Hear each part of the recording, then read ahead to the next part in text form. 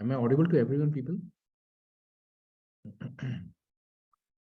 Now all of you can see the screen. And yesterday we had taken this vocabulary stuff, and we had finished, I think, around 11, 12 odd questions. And I told you that today you can go through the rest of the questions so that we can spend much of our precious time in discussing these questions, right? Yes, so yesterday, until yesterday, we had discussed 9th. Okay, 10th one we had left because I think we went to the 11th question. Yes, people, what do you think is could be the answer of the 10th question? As predictions go, the World Health Organization seems to have not erred on the side of dash, as the spread of Ebola now seems to be a question of when and not if. What do you mean by this phrase? It now seems to be a question of when and not if. इसका मतलब क्या होता है? When something is a question of when and not if, what does it mean? It is confirmed now. The event is confirmed because if shows a possibility, but when shows some sort of time. That means, see, for example, of course, now you have got it. It's a confirmed event. That's the reason why he says not a question of if, but it's a question of when. Right? So if shows a less degree of probability of some event, when shows that the event is highly, highly likely to happen. Correct? So Yes. as the World Health Organization seems to have not erred on the side of dash. What do you mean by erring on the side of? Erring on the side of basically means making a mistake in some respect. So as predictions go, the World Health Organization seems to have not erred on the side of dash. As the spread of, so what do you think makes perfect sense in this context?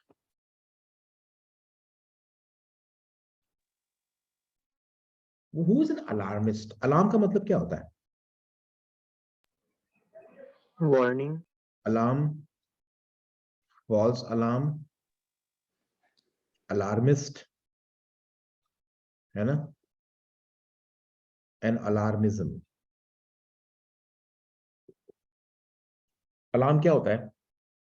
We wanted to alarm the police. Wake up. To warn or to alert someone, right? So when there is some danger, you try to alarm. What is false alarm? खामोखा घबरा गए, है ना?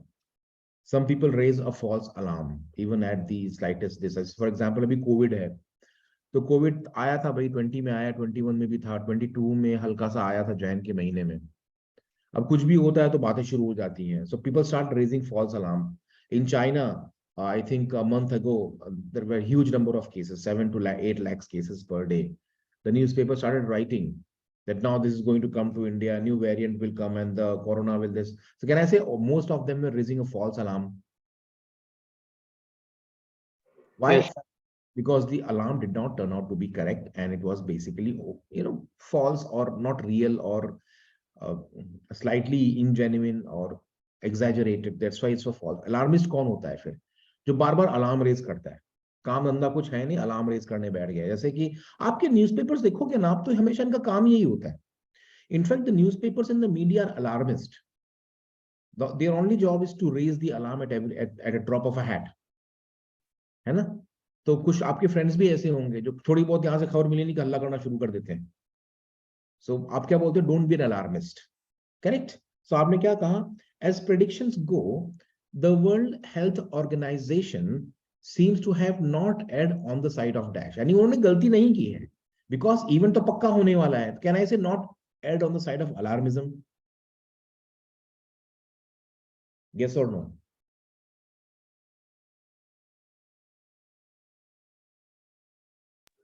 What is the meaning of not or? Pacifist means peace loving. Partisans means divisive.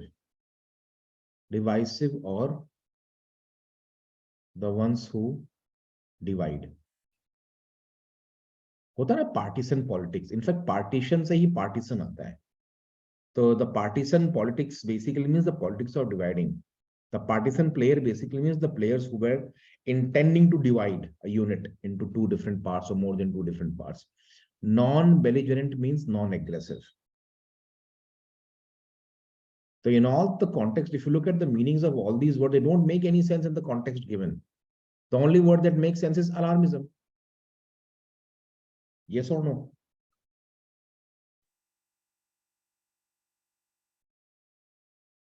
Violence की तो बात नहीं हो रही कि आप पैसिफिस्ट या नॉन बेलिजरेंट यूज करोगे. पार्टीशन होता है वो मतलब भेदभाव क्रिएट करना, डिविजन्स क्रिएट करना, वो भी नहीं है यहाँ पर. By default you would choose A because the World Health Organization has not erred on the side of alarmism. उसने फालतू में अलार्म नहीं रेज किया है क्योंकि जो उसने बोला है वो हकीकत में confirmed है. That's why they have not erred on the side of alarmism. Did you understand this sentence? Yes. Yes, sir. Easy है. एक बार आपको देखो ऐसे sentences आते हैं erring on the side of caution. जैसे for example, I would rather err on the side of caution than क्या बोलते हैं not carry my helmet.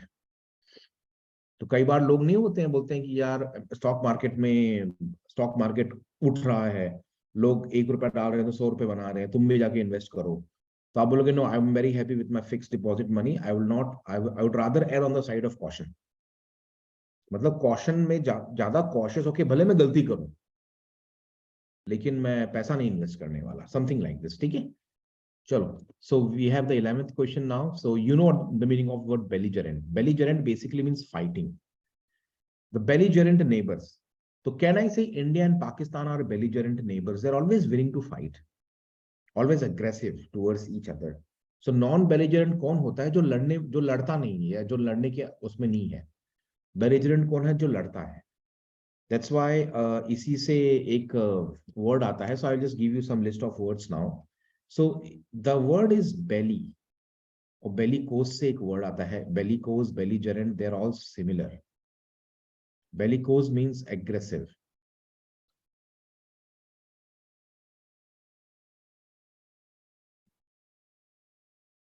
Ready to fight. तो जो ये बेल है ना, ये बेल से आप याद रखना. बेल का मतलब होता है बल, ताकत. So it will help you remember the word. Bellicose means ताकत है तो लड़ने को तैयार है. Belligerent means ताकत है तो फाइटिंग करने को तैयार है. और यहीं से वर्ड रिबेल भी आता है. The one who is rebellious is willing to fight. तो उसी तरह से बहुत सारे वर्ड हैं. That's why non-belligerent means non-aggressive, not intending to fight, not involved in any sort of fighting. है ना. पैसिफिस्ट भी वही है, टू पैसिफाई. एक वर्ड आता है to pacify. To pacify means शांत कर देना. जैसे कि फॉर एग्जाम्पल क्राउड भड़क गई. फॉर एग्जाम्पल आप मूवी देखने गए और मूवी हॉल में लाइट चली गई. So you would be very angry. Why? Because you have purchased expensive tickets. तो लोग हल्ला गुल्ला करने लगेंगे, right. So someone will come and try to pacify you. तो पैसिफाई उसको करते हैं जो थोड़ा सा गुस्से में है, उसको थोड़ा शांत करना. इसलिए आप देखोगे जो पैसिफिक ओशन है ना, उसका नाम भी यहीं से आया है. उसको हिंदी बोलते हैं प्रशांत महासागर. तो पैसिफिक क्यों बोलते हैं? बिकॉज वो बहुत टर्ब्यूलेंट नहीं है, क्वाइट ओशन है एकदम. The Atlantic on the other hand is very turbulent, बहुत रफ सी है वहां पर. That's why we have got the name Pacific Ocean from the word. That's why Mahatma Gandhi was a pacifist. Albert Einstein was a pacifist. They believed in peaceful methods of solving human problems. ठीक है, चलो भाई. 11th भी हो गया था कल, 10th भी हो गया. Let's go and take the next questions. तो एक वर्ड से आपको बहुत सारे वर्ड निकालने आने चाहिए. Then you are a good learner. 12th question क्या होगा? Please try all of you and tell me what is your answer.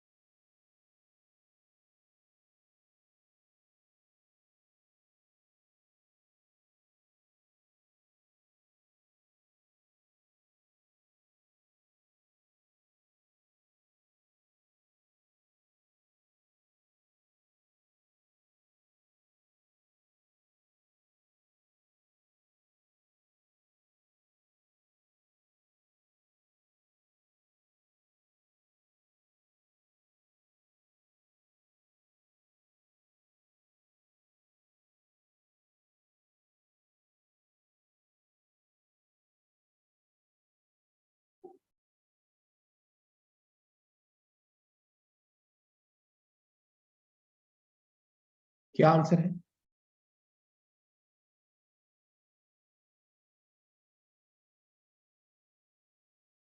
Again, you have to use all those indicators. ठीक है, you have to use all those indicators to arrive at the right answer. Don't be in a hurry. During the 1960s, देखो evidence हम पकड़ते हैं, कौन सा ऐसे जगह है जहां से मेरे को लगता है कुछ तो कर पाएंगे अपन.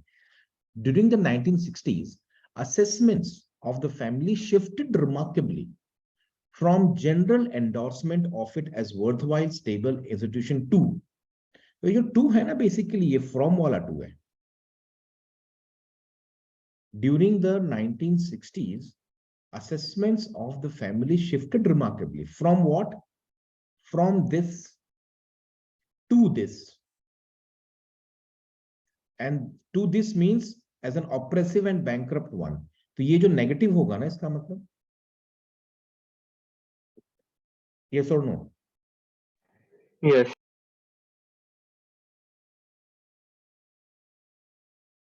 Too widespread. Okay. To dash of it, to flight from it, rejection of it, censure of it, relinquishment of it, ऐसे ही होगा ना. तो आप बोलोगे सर अब ये नेगेटिव होना चाहिए. Why? Because there has been remarkable shift. अब remarkable shift कब होता है? जैसे कि I would say there has been a remarkable shift in your behavior. From a very impolite and aggressive child, you have become dash. तो क्या बन गया होगा बंदा? सुनो मैं क्या बोल रहा हूं. Your behavior has shifted remarkably from being an aggressive and impolite teenager to dash. तो dash में क्या आएगा? Quiet and calm. person. Something positive, right? Because shift हुआ है, remarkably shift हुआ है. From मतलब पहले ये रहा होगा, to मतलब अभी ये है कि नहीं? From मतलब from this to that means what? जो earlier था वो from होगा, जो अभी है वो to हो जाएगा. Yes or no? Yes. पहले क्या था? From impolite and aggressive. तो to क्या होगा? Something which is positive, right? So during the 1960s, assessments of the family shifted remarkably from what? From general endorsement, यानी पहले इसका endorsement था as what? As worthwhile and stable to widespread dash. तो अगर endorsement था पहले तो widespread अब क्या है? कुछ तो है. और क्या है वो? To dash of it as an oppressive and bankrupt one. ठीक है? Whose dash was both imminent and welcome. अगर कोई चीज oppressive है, bankrupt है, तो उसका क्या वेलकम होगा?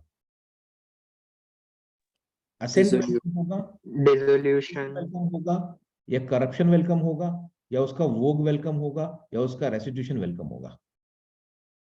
तो क्या स्ट्राइक किया आपको पहले? Dissolution. हाँ आपने Dissolution. हाँ आपने बोला सर कोई चीज अगर बैंकरप्ट है, ऑपरेसिव है, तो उसका डिसोल्यूशन तो वेलकम होगा. तो आपको फट से लगेगा कि भाई D is the best answer. तो आप पहला काम क्या करो? डी को ट्राई करो फिट करने का, बिकॉज ये अपने को सबसे अपीलिंग लग रहा है ना यार. During the 60s, from general endorsement to wide spread censure. Censure का मतलब क्या होता है? क्रिटिसिज्म. ठीक है, देखो दो वर्ड हैं, आपको ध्यान रखना. अगेन मैं उसी पे आता हूं बार बार. Censure and to censor. फर्क क्या दोनों में? दोनों वर्ब है. To censure means to criticise, and to censor means to edit or to ban. Clear everyone? ये सेंसर बोर्ड के लोग करते हैं और ये क्रिटिक्स करते हैं, कोई भी कर सकता है. Your father might censure you for क्या बोलते हैं, for very poor performance in 12th exams. I was censured by my parents for staying out too much with my friends during the exam time. कुछ भी हो सकता है. तो can I say that endorsement क्या होता है? What is endorsement? What is to endorse? To market or sell something. हाँ, एंडोर्समेंट्स क्या होते हैं? देखो आपने देखा क्रिकेटर्स जो होते हैं, बड़े बड़ी पर्सनालिटीज जो होते हैं, वो एंडोर्स करते हैं चीजों को. जैसे आपने देखा गुटखा का ऐड आता है भाई, है ना? क्या बोलते हैं वो? जुबा केसरी, बोलो जुबा जुबा केसरी. तो उसमें फाड़ता है, ऐसा खाता है, राइट? तो क्या किया है शाहरुख खान और ये क्या नाम है उसका, अजय देवगन और ये लोगों ने एंडोर्समेंट किया है ना, मतलब क्या वो ये दिखा रहे हैं कि भाई देखो हम तो खाते हैं, तो तुम खा रहे हो तो क्या गलत कर रहे हो। सो एंडोर्समेंट क्या होता है ना, कि to support something tacitly. Are you getting my point? To support something tacitly. What is tacitly? Not directly by telling openly कि हाँ देखो मैं सपोर्ट करता हूँ गुटखा खाओ सब लोग, बट अगर कोई बहुत फेमस पर्सनैलिटी कर रास्ते में खड़े गुटखा खा रहा है, so can I say that he is in a way endorsing these kind of habits?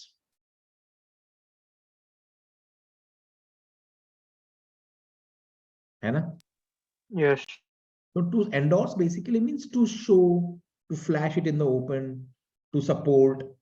So from general support as of this institution as worthwhile to censor of it as oppressive and bankrupt one whose dissolution was both imminent and welcome. समझ में आया? Answer D बन जाता है सीधा। Imminent का मतलब क्या है? इमिनेंट का मतलब क्या था? What is imminent? इमिनेंट क्या होता है?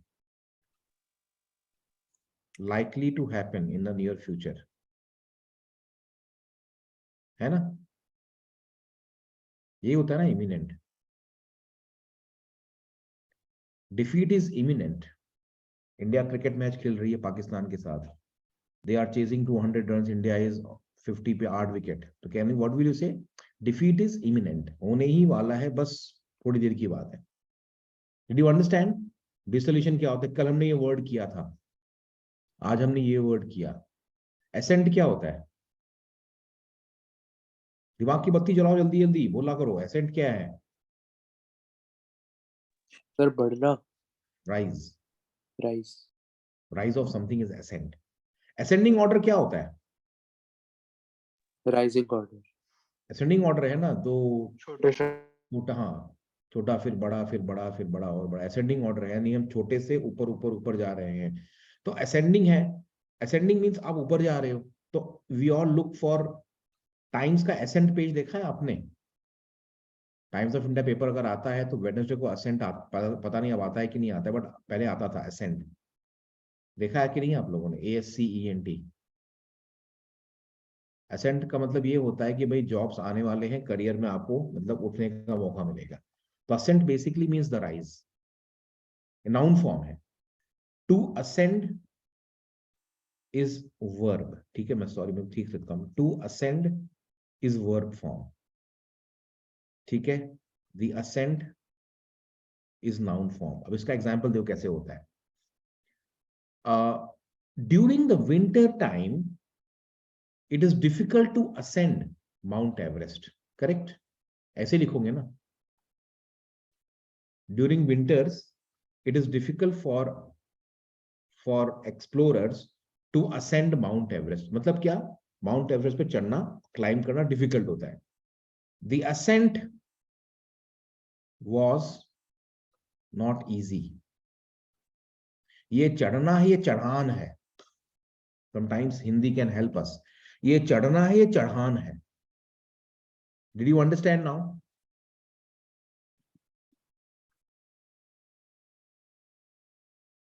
What is restitution? रिप्लेसमेंट। कोई चीज को रिप्लेस करना मीन्स को रेस्टिट्यूट करना होता है। पहले थी, अब उसको रेस्टिट्यूट कर रहे हो आप। इनवोक का मतलब क्या है? In fashion. Clear with all the words people? Yes और नो? आगे बढ़ूं मैं? Yes, sir. देखो ये सब वर्ड्स याद रखना, बिकॉज इसी में से घूम घूम कुछ ना होने वाला। कंफ्यूजिंग वर्ड्स के अंदर कहीं ना कुछ आने वाला है, इसलिए ना दिमाग हमेशा सेंसिव, और सेंसर तो पक्का आएगा मुझे लगता है, ठीक है। डिसोल्यूशन, डिसॉल्व कर देना कोई चीज को, है ना, खत्म कर देना, मार डाल, मतलब टू बेसिकली लिक्विडेट, है ना। चलो नेक्स्ट, ये ट्राई करो 13th one. These are difficult questions people, I am trying to take difficult questions because so that आपकी थोड़ा दिमाग की बत्ती जले, आप सोचना सीखो।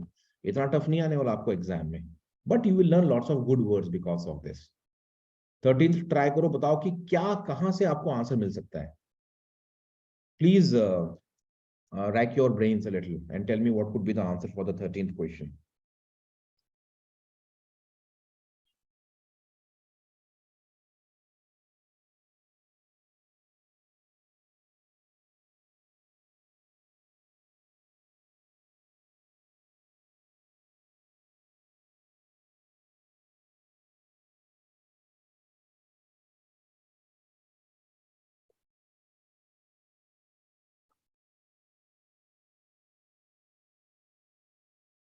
एनोमली का मतलब क्या होता है? एनोमलस, एनोमली, आपने पढ़ा होगा अपने स्कूल डेज में एनोमलस बिहेवियर ऑफ वाटर, पढ़ा है कि नहीं पढ़ा है? मैंने तो पढ़ा था, मेरे को याद है। Can anyone tell me what is anomalous behaviour of water?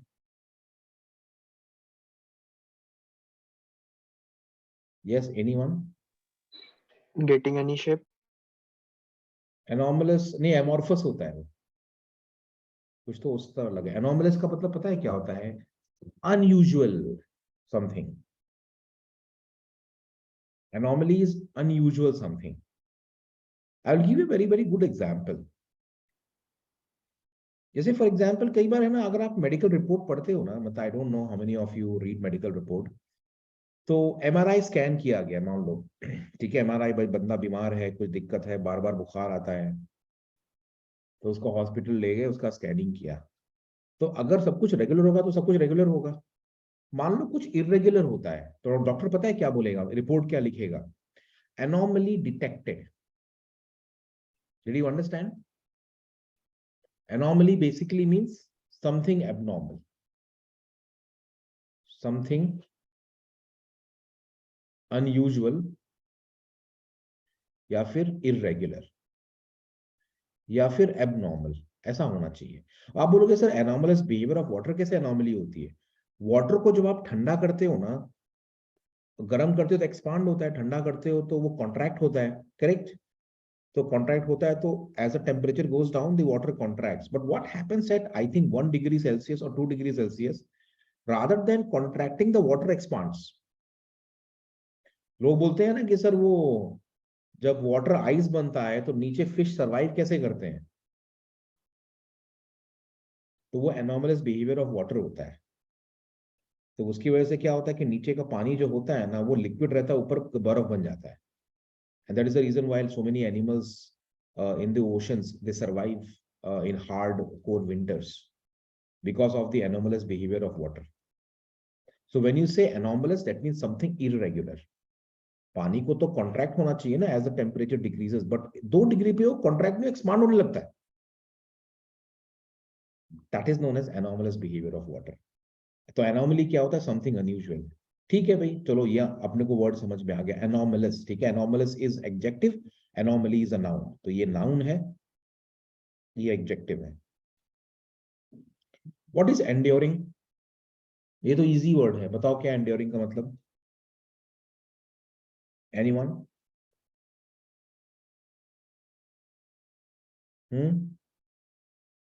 What is endurance? So to face something. For a longer period of time, Yes. है ना। एंड्योरेंस का मतलब क्या होगा भाई? ठीक है, जैसे रनिंग करनी है, हम लोग देखिए यार, एंड्योरेंस दिखाना है अपने को, मतलब क्या कि you have to keep on running without drinking water, without stopping, so the more you can do that, the more endurance you have. तो एंड्योरिंग क्या होगा फिर? Long lasting.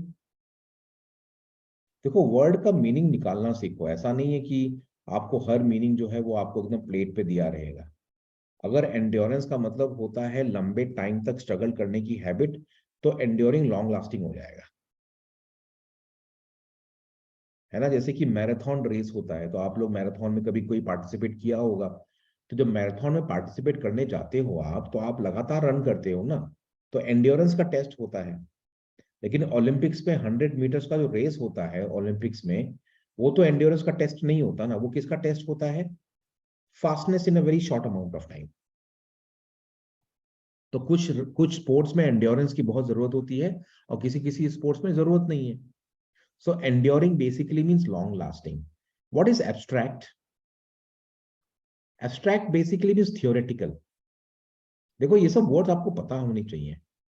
I know you are too young for these kind of words, but understand, abstract है एकदम, यानी कि पकड़ में नहीं आता, मतलब ये थियरी में दिखता है अपने को इसका कोई प्रैक्टिकल एप्लीकेशन नहीं दिखता। Did you understand? जैसे कि फॉर एग्जाम्पल आपको बताऊं मैं, और कुछ चीजें होती हैं जो मतलब एब्स्ट्रैक्ट फॉर्म, जैसे कि आई will give an example, mathematics is abstract science. भाई केमिकल को तो मैं आपको लेबोरेटरी में दिखा सकता हूँ जाकर के, कि देखो भाई ये पोटेंशियम गया, ये हुआ, केमिकल रिएक्शन हो रहा है. Biology also can be shown. I can show you the heart, I can show you the shape of the brain, I can do lots of things. But mathematics क्या है? पूरा abstract है वो. Complete theory. Logarithms is purely abstract. Algebra is purely abstract. तो abstract mathematics होता है. यानी वो मैथमेटिक्स जो पूरी तरह से थियोरेटिकल लेवल पे होता है, उसका कोई प्रैक्टिकल चीज समझना बड़ा मुश्किल है. Do you understand now? So abstract का मतलब क्या होता है? Difficult to understand because it is purely theoretical without any tangible practical application. कुछ कॉन्सेप्ट्स बड़े एब्स्ट्रैक्ट होते हैं, थियोरेटिकल होते हैं, उनको प्रैक्टिकली समझना बड़ा मुश्किल होता है. ठीक है, तो ऐसे ऐसे वर्ड्स बहुत सारे हैं. तो मैंने कितने वर्ड बता दिए आपको. एंड्योरिंग का मतलब क्या है, एब्स्ट्रैक्ट का मतलब क्या है, एनोमलस क्या है, सब पता चल गया आपको. व्हाट इज एनाक्रोनिस्टिक, है ना? अब एनाक्रोनिस्टिक जो है, एक मिनट, एनाक्रोनिस्टिक आपके समझ जानता हूं. What is chronology? Order. Order है, एक और सीक्वेंस है. ठीक है, so when something is in order then we can say it is chronistic. When something is out of order it is anachronistic. अब थोड़ा डिफिकल्ट है समझना इसको. देखो क्या होता है. Anachronistic is more often used than chronistic. Chronistic कोई वर्ड नहीं है, बट एनाक्रोनिस्टिक वर्ड है. तो आपको मैं एक बहुत बढ़िया एग्जांपल देता हूं. एनाक्रोनिस्टिक क्या होता है? Out of fashion, out of time, out of time और not in sync with time. जैसे फॉर एग्जाम्पल आपको बताऊं मैं, आपने घड़ी देखी होगी, तो आप भी तो वॉच पहनते हो ना. पापा भी वॉच पहनते हैं, ग्रैंडफादर भी वॉच पहनते होंगे. कभी आपने देखा है कि जो ग्रैंडफादर की वॉच होती थोड़ी हमेशा अलग ही लगती है वो दिखने में? देखा होगा ना, घर में पड़ा तो होगा. यस. एनाक्रोनिस्टिक का मतलब क्या होता है कि अपने, it's not, it is out of tune with time. Anachronistic values होते हैं लोगों के, एनाक्रोनिस्टिक एटीट्यूड होता है जो आज के दौर में नहीं चलेगा, पुराने जमाने की बात है. So anachronistic basically means out of tune with time, जमाने से पीछे. जमाना अभी का है और जो सोच विचार है वो 1947 का है. तो कहना ऐसे एनाक्रोनिस्टिक वैल्यूज हैं किसी किसी लोगों के. किसी किसी लोगों का एनाक्रोनिस्टिक थॉट होता है. मतलब क्या विचार है, ऐसा सोच विचार है जैसे कोई 12th सेंचुरी में रह रहा हो. So anachronistic basically means out of touch with time, not modern, old fashion. Atmaram Tukaram Bhide. हाँ, in the machine like world, in the machine like world of classical physics, the human intellect appears dash. Since the mechanical nature of classical physics does not dash creative reasoning. तो अगर mechanical nature है physics का, तो creative reasoning को क्या करेगा? Allow करेगा, deny करेगा, एक्सक्लूड करेगा, क्या करेगा? Deny and exclude. क्योंकि एक मैकेनिकल है, एक क्रिएटिव है, दोनों साथ में नहीं जाएंगे ना. यस और no? The mechanical nature of physics does not dash creative reasoning, does not allow for हो सकता है, does not है, याद रखो इस बात को. नेगेटिव आ चुका है, तो अगर नेगेटिव करके एक और नेगेटिव तो पॉजिटिव हो जाएगा वो. Are you getting my point? How many of you realise this? does not allow means exclude, does not speak to means to keep out, does not deny मतलब एक्सेप्ट हो जाएगा तो इस बाहर चले जाएगा ना. yes or no?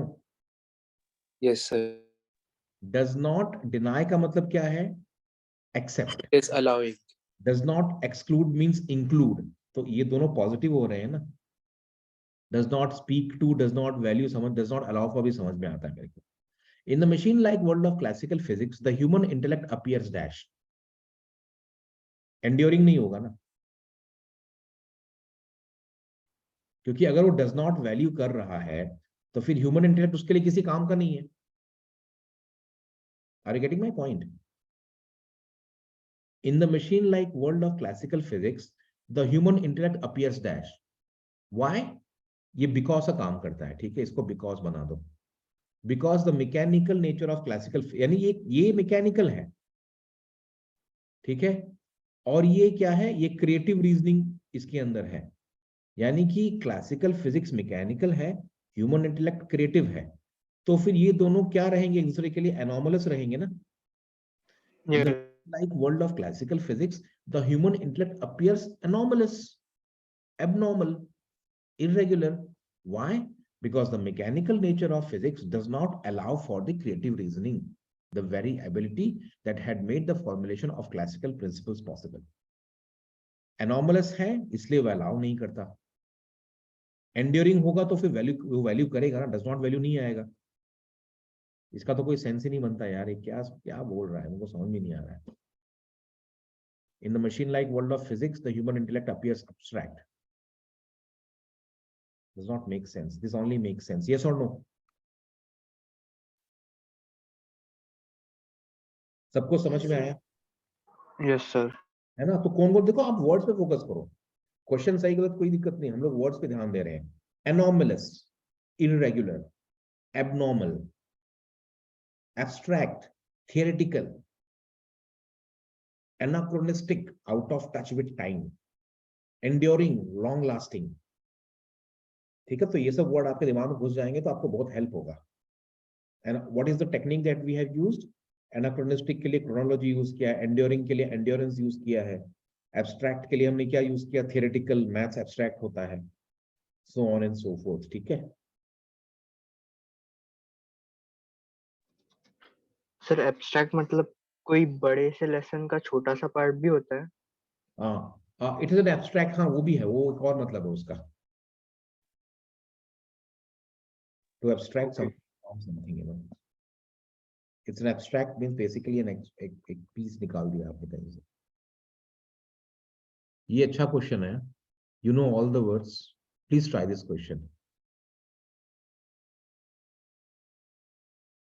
There are not many difficult words. एक ही word है जो refractory है. What is refractory?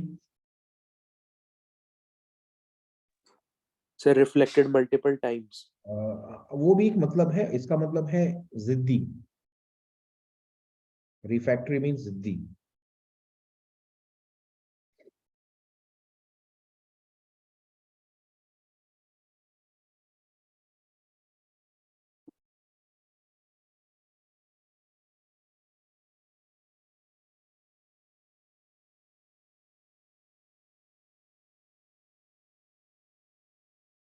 Now please tell me, what do you think would be the right answer?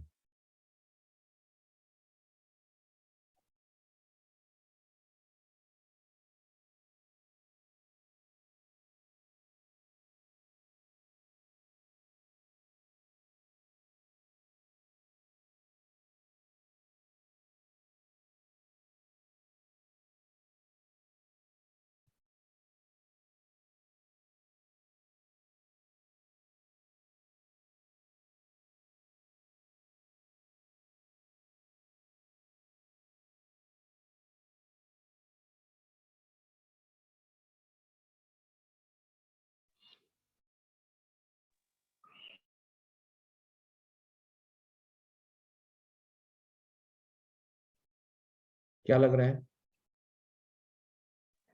B option. B, Bombay. Natural selection tends to eliminate genes that cause inherited disease. Acting, देखो आप समझो, जो ये होता है ना, ये part है ना, understand this. Natural selection tends to eliminate genes that cause inherited diseases, acting most strongly against the most severe disease. यहां तक क्लियर हो गया आपको मैसेज? ये उसका रिजल्ट है ना. कॉन्सिक्वेंटली क्या होगा?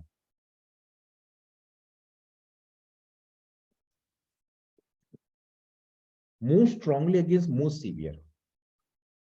Natural selection tends to eliminate genes that cause inherited diseases, acting most strongly against the most severe disease. Consequently, क्या होगा? Hereditary diseases that are dash. हम ट्रीटमेंट की बात कर रहे हैं, would be accepted to be very dangerous but surprise. Are you concerned with treatment?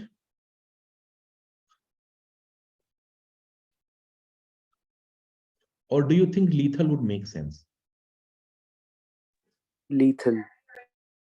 Natural selection की बात हो रही है, हम ट्रीटमेंट की बात नहीं कर रहे हैं। तो आपका जो ये पार्ट है, ये आपका इससे आया है ना। Understand this, this is very important. ये आपको मीनिंग पता है पहले से, ठीक है। नेचुरल सिलेक्शन की बात हो रही है, और वो क्या करता है, it tends to eliminate genes. तो ये जो है, ये तो नेचर कर रहा है ना, नेचर ट्रीट नहीं करता, ह्यूमन बींग्स ट्रीट करते हैं। नेचुरल सिलेक्शन क्या कर रहा है, it tends to eliminate genes that cause inherited disease, acting most strongly against the most severe disease. तो एज अ रिजल्ट क्या होगा, hereditary diseases that are dash, that are lethal would be expected to be rare. Why? Because natural selection will act the most strongly against the most severe disease. तो अगर disease जितना lethal होगा उतना rare हो जाएगा, yes or no? But surprisingly they are not. तो आप बोलोगे सर ये कैसे नहीं होगा, ये पहले इसलिए नहीं होगा कि अनट्रीटेड कहां से आ गया। लीथल तो मेरे को समझ में आता है, नेचुरल सिलेक्शन एक्ट कर रहा है, किसके अगेंस्ट एक्ट कर रहा है, मोस्ट सीवियर डिसीज के अगेंस्ट एक्ट कर रहा है, तो लीथल वर्ड सही है। ये अनट्रीटेड क्यों लेके आ रहे हो आप बीच में। और दूसरी बात है, हेरिडिटरी डिसीज की जब डिस्कशन हो रही है तब वो नेचुरल सिलेक्शन के पॉइंट ऑफ व्यू से हो रहा है, ना कि ट्रीटमेंट के पॉइंट ऑफ व्यू से हो रहा है।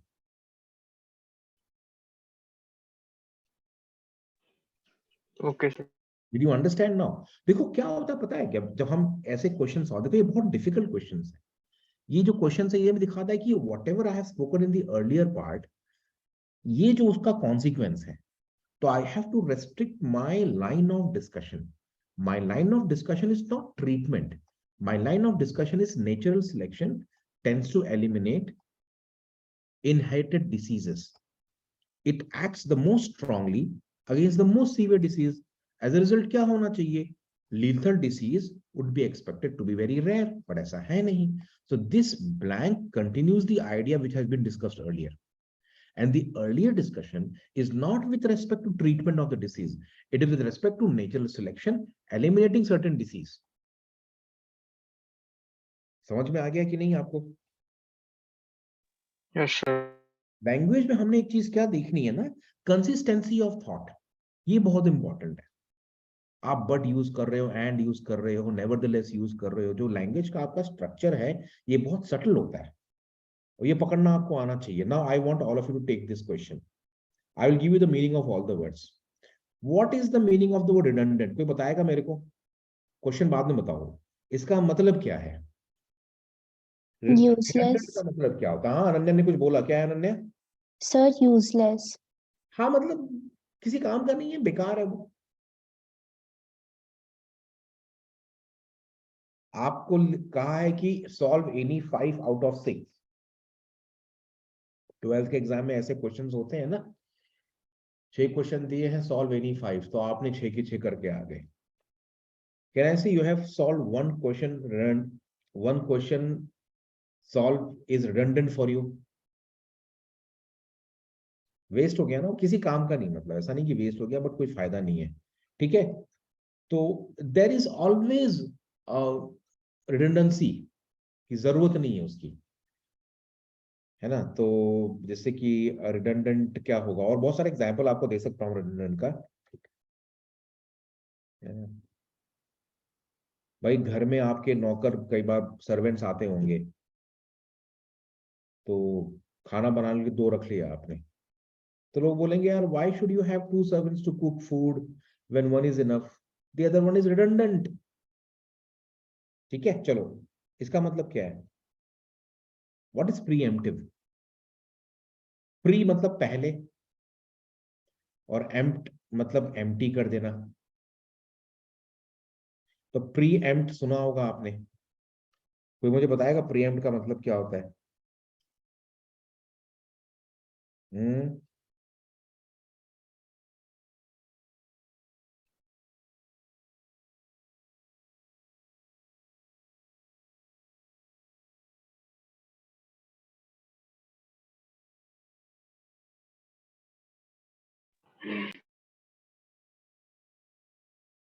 पहले से कर देना, to do something in advance in order to avoid negative consequences of something.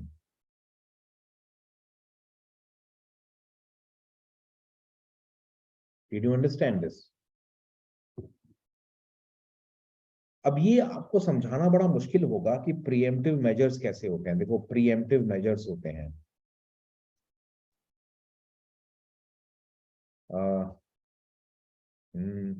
कोई चीज को पहले से निकाल के फेंक दो before it starts giving you trouble. जैसे कि फॉर एग्जाम्पल क्या होगा ना, आपको मैं एग्जाम्पल देता हूँ, ठीक है? It's a very very good example. गर्मियां आती हैं तो पानी की कमी पड़ जाती है ना, ऑलमोस्ट एवरीवेयर इन इंडिया।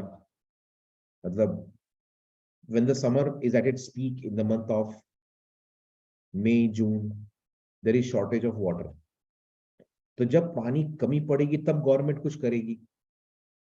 इससे बेटर क्या होगा, the moment the summer season starts, the government will make the arrangements so that there is no shortage of water. So can I say the government has basically taken preemptive steps? Problem आने के पहले ही एक तरह का solution निकाल दिया गया so that the problem does not arise. Did you understand the meaning of preemptive?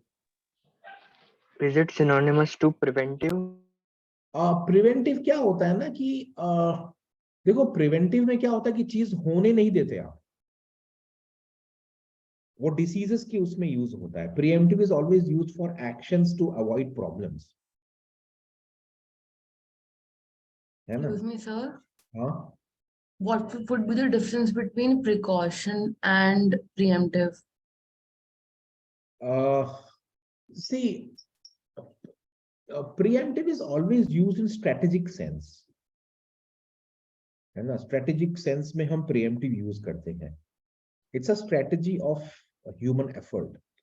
मतलब जैसे हम स्ट्रेटेजी नहीं बनाते हैं सेल्स में, मार्केटिंग में, आर्मी के अंदर, तो उसमें हम प्रिएम्प्टिव वर्ड यूज करते हैं। They might mean the same but they are used in different context. So preventive measures होते हैं ताकि बच्चे को डिसीज ना हो, बीमारी ना हो, उसमें हम प्रिएम्प्टिव वर्ड यूज नहीं करेंगे। इंडिया माइट टेक प्रिएम्प्टिव क्या होता है ना, preemptive attack on Pakistan. India को मालूम पड़ रहा है कि भाई Pakistan is planning to create trouble on the line of control in Kashmir. तो इंडिया ने क्या किया, पहले से जाके 2-3 जगह पे स्ट्राइक कर दिया। तो इसको प्रिवेंटिव स्ट्राइक नहीं बोलेंगे, इसको हम प्रीएम्प्टिव स्ट्राइक बोलेंगे, बिकॉज उस कॉन्टेक्स्ट में वो प्रिवेंटिव यूज नहीं होता या प्रिकॉशनरी भी यूज नहीं होता। So don't say preventive is equal to precautionary is equal to pre-emptive.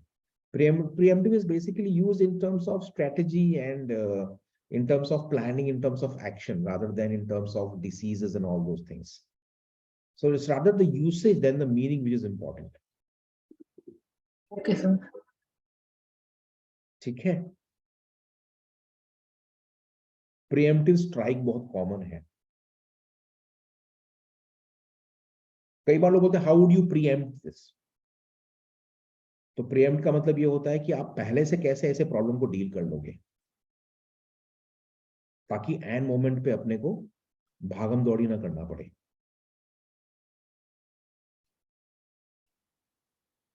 ठीक है? तो रिडंडेंट हो गया, प्रीएम्प्टिव हो गया। What is indiscriminate? केयरलेस। ठीक है? विदाउट डिस्क्रिमिनेशन, कोई भेदभाव बिना, मतलब इनडिस्क्रिमिनेट फायरिंग नहीं होती है। कोई पागल आदमी आया आपके स्कूल में, लगा दिया, गंदन चालू कर दिया मारना, ना कौन है क्या है, सीधा बंदूक मार रहा है, छोड़ रहा है, उसको बोलते हैं इनडिस्क्रिमिनेट शूटिंग, है ना? तो what is perfunctory? Perfunctory basically means mechanically और सुपरफिशियली।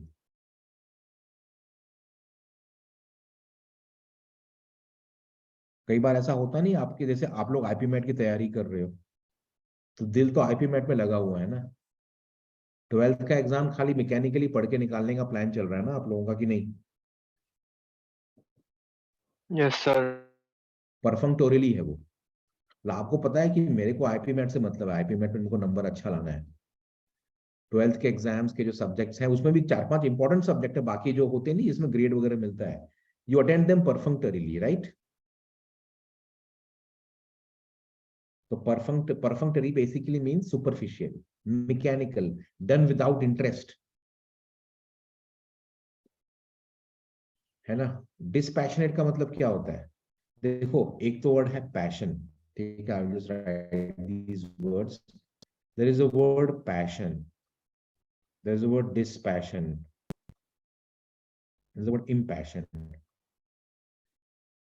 एक तो इसका यूसेज ऐसा होता है, इम्पैशन्ड होता है हमेशा। पैशन नाउन है, इम्पैशन्ड एडजेक्टिव है, और डिस्पैशनेट जो है ये भी एडजेक्टिव है।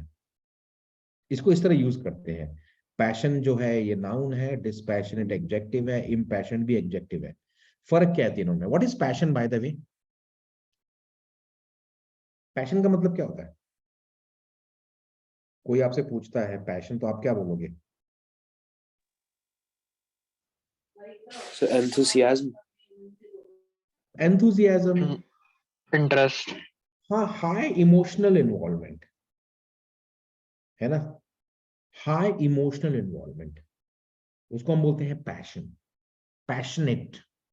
जैसे आप पैशनेट फॉलोअर हो पॉलिटिक्स के, मतलब क्या है आपका? आप इमोशनली इन्वॉल्व होकर उसको देखते हो। I am passionate about cricket, about football, about something, that means you follow it with great emotion. तो डिस्पैशनेट क्या होगा फिर? Having no interest. Having no emotion, कोई इमोशन नहीं है मेरा, मैं तो डिस्पैशनेट हूं एकदम। आपको एग्जांपल दूं मैं? जो जो जज होता है कोर्ट में, जो जजमेंट देता है, शुड ही बी पैशनेट और should he be dispassionate? Dispassionate. है ना? क्यों? डिस्पैशनेट। क्यों? लेकिन सही बोल रहा हूं, क्यों? अनबायसनेस मेंटेन रखने के लिए। हाँ, क्योंकि वो जो जज है, जो जजमेंट देने वाला है, अगर वो अपने अपने फीलिंग्स को इन्वॉल्व करेगा तो जजमेंट दे नहीं पाएगा ना ठीक से। So dispassionate basically means not having any emotional involvement, having no bias, having no emotional weakness. So there are certain people who are expected to be dispassionate.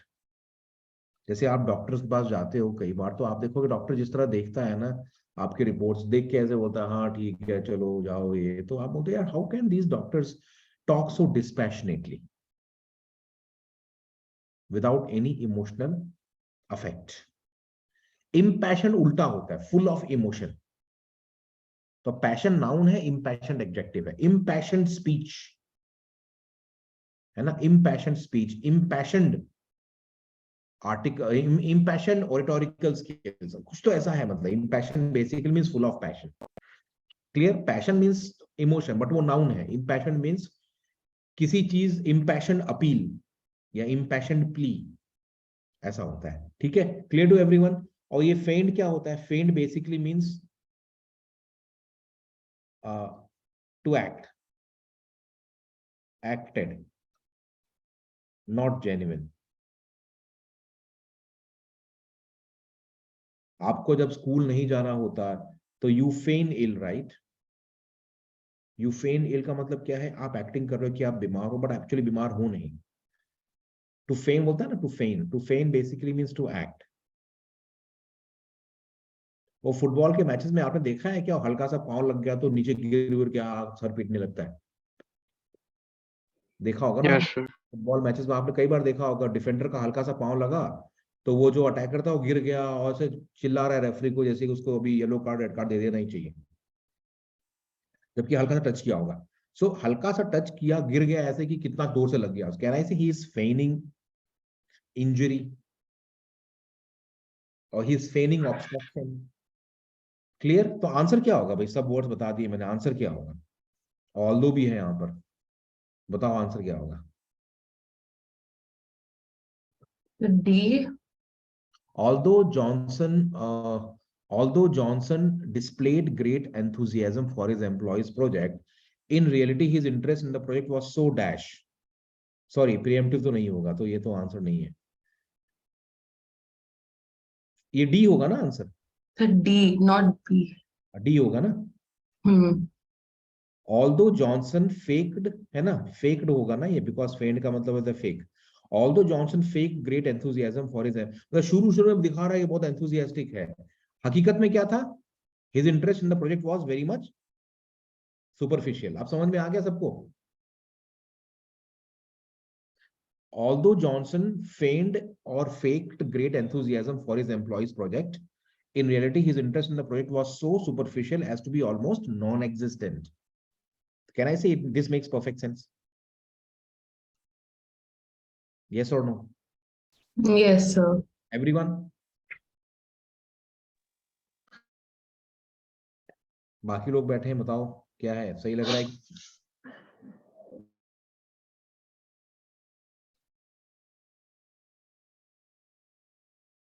Yes. Sir दोनों बार fake meaning. हाँ, fake भी दोनों बार fake नहीं है ये. Although Johnson dash, तो feigned का मतलब क्या होता है? Although Johnson dash great enthusiasm for example project, so he basically feigned. ये in reality बता रहा है. His interest was, तो ये feigned जो होता है basically क्या होता है? To act. So although Johnson showed great enthusiasm for his employees project, in reality his interest in the project was so dash. So ये reality बता रहा है. तो ये जो contrast है ना, ये इससे पैदा हो रहा है. Although he showed or he faked. Okay sir. है ना, समझ में आया कि नहीं? तो यहां से आ रहा है great enthusiasm, but his interest was basically perfunctory or superficial. So he is feigning, but in reality, feign का मतलब क्या होता है? बाहर से दिखा तो रहा है वो, सेंस बनता है वो, ठीक है.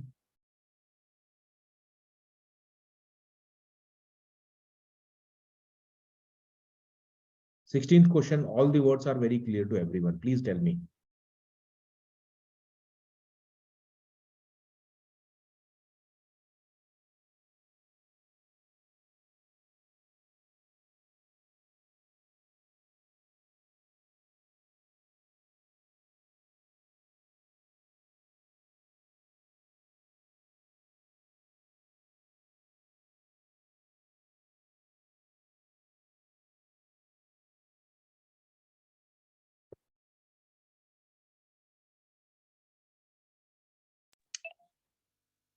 C. Okay, what about others?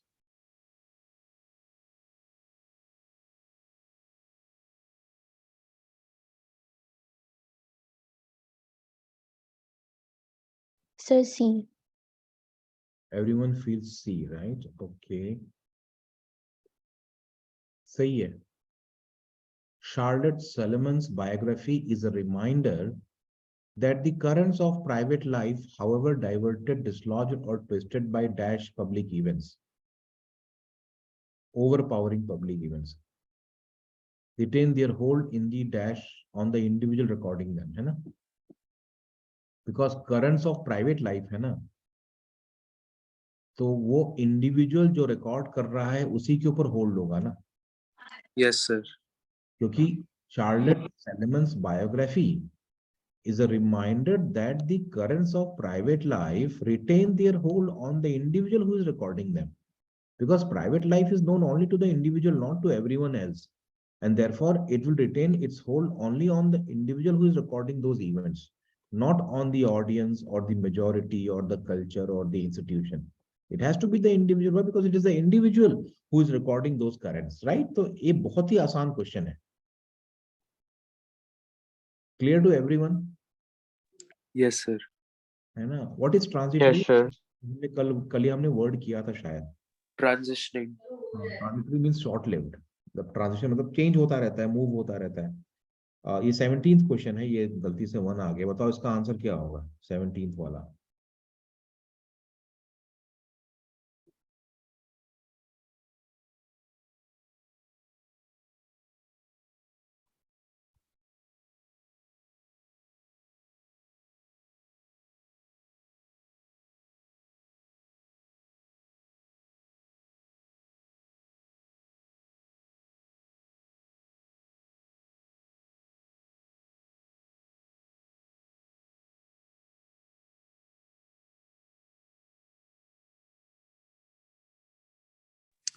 Sir, D.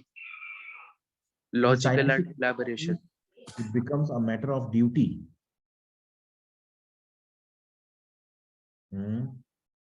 Inquiry हो रही है ना, तो इंक्वायरी हो रही है तो क्या करोगे आप? सी Sir, ऑप्शन।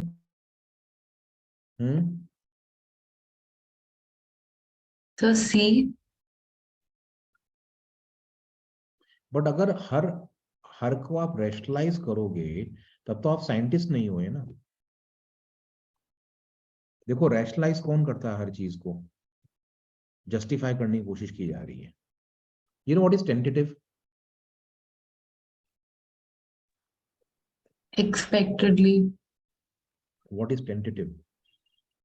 अनसर्टेन, है ना। टेंटेटिव क्या है? अनसर्टेन है। यस और नो? Yes, sir. तो in scientific inquiry it becomes a matter of duty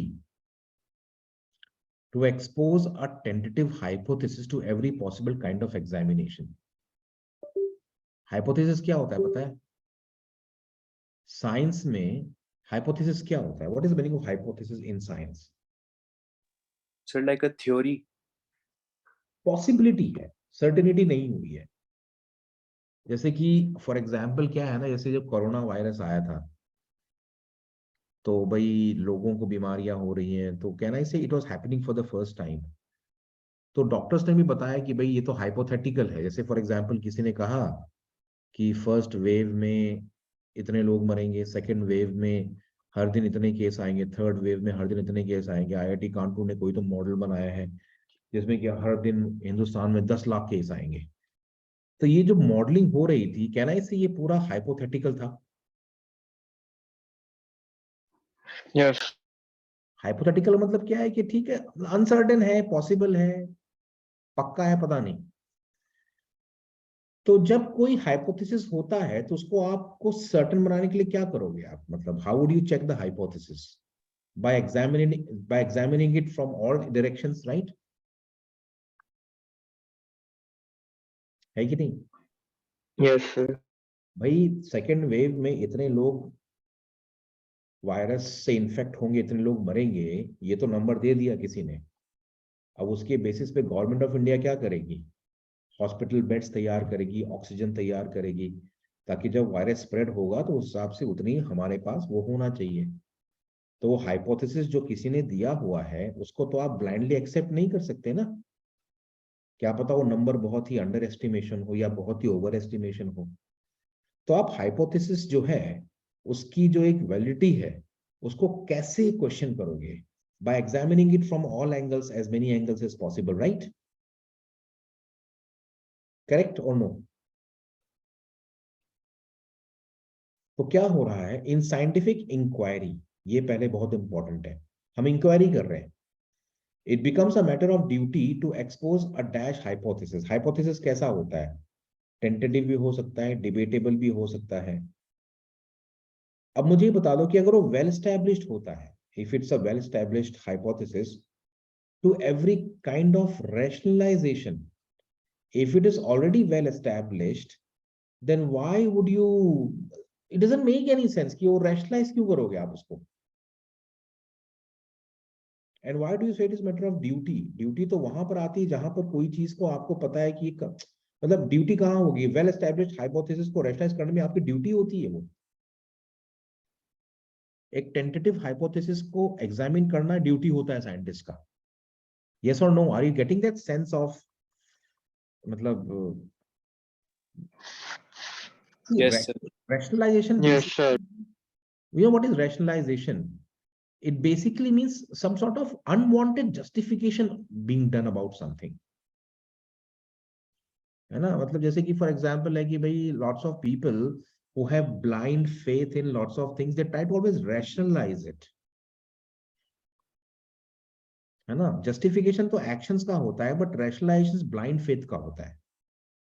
जैसे फॉर एग्जांपल हमारे रिलीजियस टेक्स्ट में बहुत सारी चीजें ऐसी दी गई हैं जो बहुत सारे लोग, पढ़े लिखे लोग रैशनलाइज करना चाहते हैं कि देखो यार ये फालतू ब्लाइंड नहीं है। जैसे फॉर एग्जांपल आपको बताता हूँ मैं कि नाग पंचमी के दिन नाग को दूध पिलाया जाता है गांव में. सो आप जाओगे बोलेगा अरे यार नाग पंचमी दूध दूध क्यों पिलाना. There are people who will come and try to rationalize it. Something which appears to be absurd on the outer surface has been given some sort of logical explanation, and that is known as rationalization. Did you understand it? Yes, sir. So A perfect बैठता है वो. In scientific inquiry, it becomes a matter of duty to expose a tentative hypothesis. Hypothesis tentative है तभी तो उसको हम लोग examine कर रहे हैं ना. वो duty बनती है किसी की.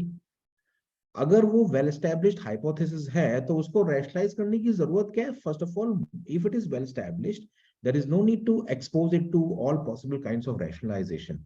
You don't have possible kinds of rationalisation. Rationalisation हमेशा एक होता है, और rationalisation with respect to science does not make sense. It makes sense with respect to religion, in things which you try to justify on the grounds of logic. ठीक है, clear to everyone now why A is the best answer? Because it makes perfect sense in the context of the sentence. Yes, sir. 18th का क्या होगा? एक minute, इसको मैं थोड़ा नीचे करता हूँ. 18th का आंसर फटाफट बताओ मेरे को.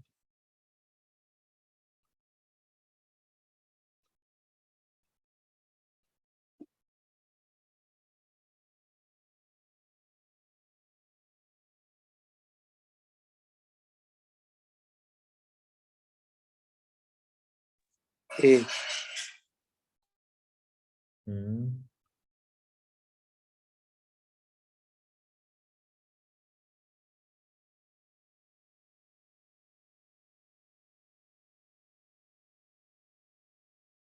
Sir, D. D. इंस्पेक्ट करोगे या आप कंसल्ट करोगे? ये जो गवर्नमेंट रिकॉर्ड है, ये तो एविडेंस बन रहा है ना. तो you are consulting the record, और you are inspecting the record, और are you evaluating the record? Sir, inspect or evaluate. See, you're not evaluating the record. You are going to government records to see dash evidence of the failure. That means the records are acting like evidence. है कि नहीं? The records are acting like evidence. Yes or no? Yes. तो अगर records को आप अपने purpose के लिए यूज कर रहे हो, तो you are consulting the records, not evaluating और इंस्पेक्टिंग द रिकॉर्ड्स. आप रिकॉर्ड्स को इवैल्यूएट नहीं कर रहे हो, आप रिकॉर्ड्स को देख करके उसमें से एविडेंस निकाल रहे हो कि ये कितने फेलियर हैं ओपिनियंस में. मतलब so as for the alleged value of expert opinion, one need only to consult government records to see strong evidence of the failure of such opinions.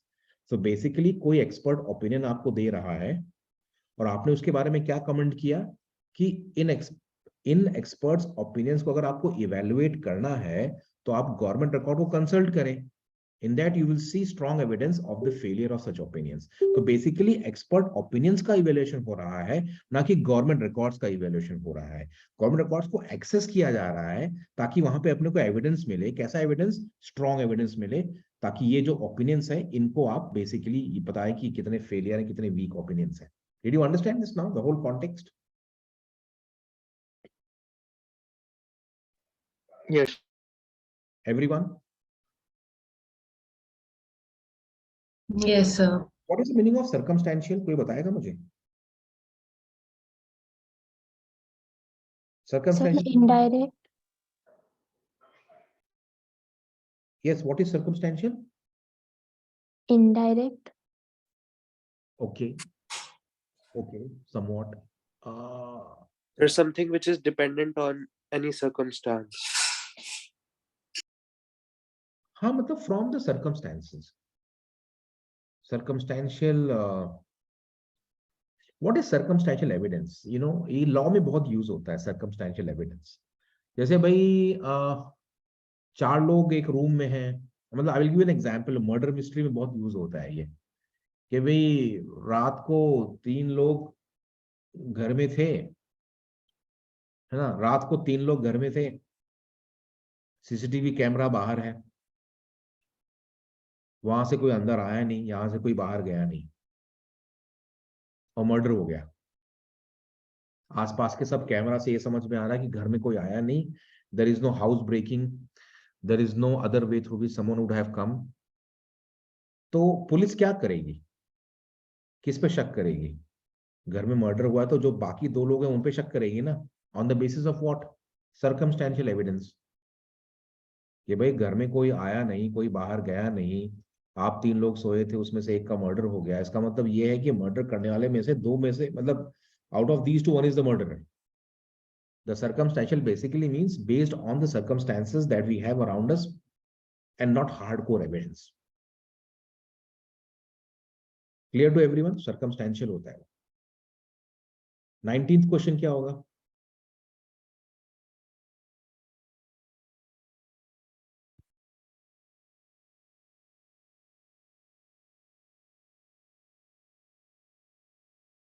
Yes.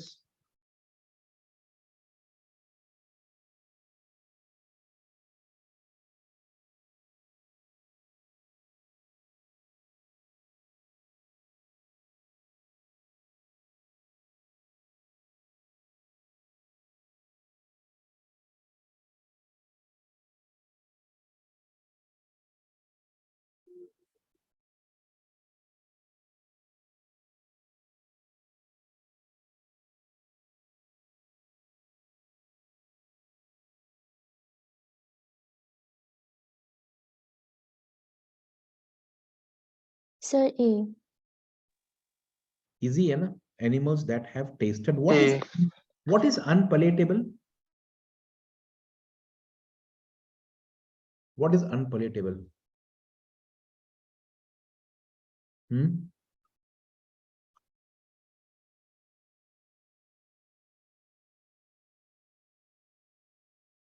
Bad in taste. Bad in taste. Palatable होता है ना?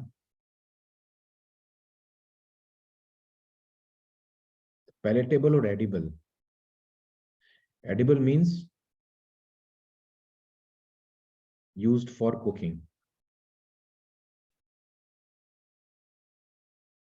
Palatable means good to taste. And what is palate? Palate क्या होता है? सुना है कि नहीं?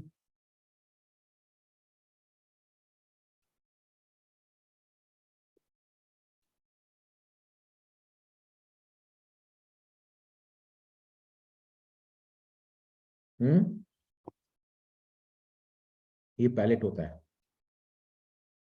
समझे कि नहीं? Did you understand? This is your palate, upper part of your mouth, the roof of the mouth. तो वो पैलेट होता है, तो वहां से पैलेटेबल आया है, good to taste. Edible means used for cooking, तो एडिबल ऑयल होता है, ठीक है। Animals that have tasted unpalatable plants tend to recognize them afterward on the basis of their most conspicuous features. What is conspicuous? Clearly visible. समझ में आया कि नहीं? What is conspicuous? Clearly visible. Clear to everyone? Yes. Horde क्या होता है? Horde versus horde. ये hoard होता है मॉब, ठीक है, इसको हम लोग बोलते हैं मॉब। ये होर्ड होता है to greedily accumulate. Clear to everyone? Hoarders नहीं होते ब्लैक मार्केट में, आपने सुना होगा ये। जैसे कि जो ब्लैक मार्केटिंग करते हैं उनको पता होता है कि इस बार मतलब इस बार जो लेट्स से कि मतलब पल्सेस का प्रोडक्शन बहुत कम हुआ है, तो उनको पता है कि जब सीजन आएगा तब उसका डिमांड बढ़ जाएगा, तो अगर मैं 10 रुपया पर केजी में ले रहा हूँ, होल्ड करके रखूंगा, तो इसको मैं शायद हो सकता है 15 रुपया पर केजी बेचूं, तो इन थाउजेंड्स ऑफ केजी से मुझे बहुत फायदा हो जाएगा। सो होल्डर्स होते हैं मार्केट में, the one who accumulate greedily for the sake of profit. Retrieve क्या होता है? To recover. Retrieve means to recover. Not the right word. वो जो आपने देखा है जो आपके कंप्यूटर पार्ट्स नहीं होते हैं उसके अंदर प्लेटिनम होता है. जैसे आपका मेरा लैपटॉप है, लैपटॉप मेरा पुराना हो गया, निकाल के मैंने फेंक दिया. अब इसके अंदर क्या होता है ना, कहीं प्लेटिनम यूज हुआ था. Platinum is a very precious metal. So what do these recyclists do? जो रिसाइकल नहीं करते हैं वो लैपटॉप के जो अंदर जहां प्लेटिनम होता है उसको रिट्रीव करते हैं. डिड यू अंडरस्टैंड ना? उसको रिकवर हम नहीं बोलेंगे, रिट्रीव करना. To retrieve basically means to extract very minutely, very carefully. तो पासवर्ड रिट्रीव करते हो ना आप. Did you understand now?